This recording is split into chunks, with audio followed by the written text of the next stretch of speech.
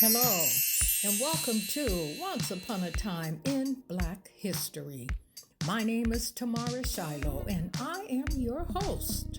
I'm also an author, educator, and owner of the Multicultural Bookstore in Richmond, California, and in Las Vegas, Nevada.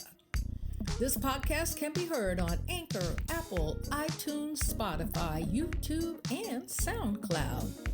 Check us out and be sure to visit our website at onceuponatimeinblackhistory.com.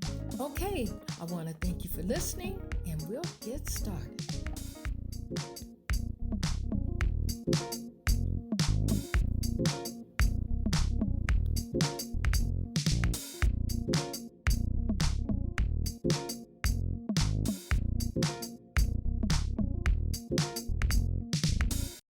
Today, I'm going to talk about the Green Book, Navigating Jim Crow America.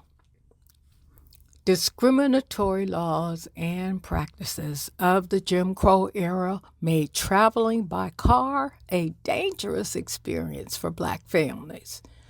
Travelers were denied access to basic services, including gas, hotels, and public restaurants along the nation's highways. Many were greeted with humiliation, threats, and physical violence because a wrong exit was taken. Wow. These sundown towns or municipalities that banned Blacks after dark were scattered across the country. The desperate need for safe and friendly accommodations brought about the start of a necessary network of shared, word-of-mouth advice. Victor Hugo Green, a Harlem-based postal carrier, had grown tired of the maltreatment received by Blacks who dared to venture outside of their neighborhoods. In 1936, he published the first version of the Negro Motorist's Green Book. This was a guidebook for Black travelers that provided a list of hotels, boarding houses, taverns, restaurants, service stations, and other establishments throughout the country that served African American patrons. He drew his inspiration from guidebooks published by Jewish travelers. He wanted Blacks to also have the freedom to travel without facing hostility. So, the first edition listed hotels and restaurants in the New York area. But after gathering information from his fellow postal workers throughout the states and offering payment for viable information, Green began to expand future editions. By the 1940s, the Green Book boasted listings of thousands of establishments throughout the country. Each was either Black-owned or proven to be non-discriminatory. Travelers were now able to visit bars and restaurants, enjoy movie theaters, spruce up at a local beauty salon, or simply pass through a town for a quick tour, all without fear. Reverend Dorothy Wells of Tennessee said that her parents in 1959 used the Negro Motorist Green Book to plan their honeymoon. The newlyweds drove through the segregated South from Mobile, Alabama to Roanoke, Virginia.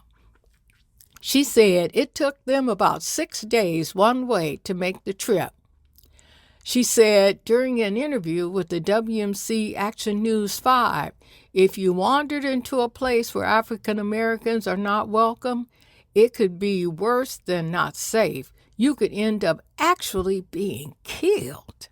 Author Kim Clark wrote, "When I was a little girl, I remember us all piling into the car to take trips home to Georgia. Now that was in the mid-1960s. We never stopped, not for a hotel or a restroom. My mom would fry up a batch of chicken that we'd eat along the way, fill up a big thermos with soup, another big thermos with coffee, and off we'd go. Now, mind you, that was an 18 to 20-hour trip. It wasn't until I was an adult that I realized why, she said. Green died in 1960. His wife, Alma, then took over as editor. In 1964, the Civil Rights Act banned racial segregation in restaurants, theaters, hotels, parks, and other public places. 2 years later, after nearly 30 years in print, the Green Book ceased publication. Now imagine that. What a great journey that was. See you next time.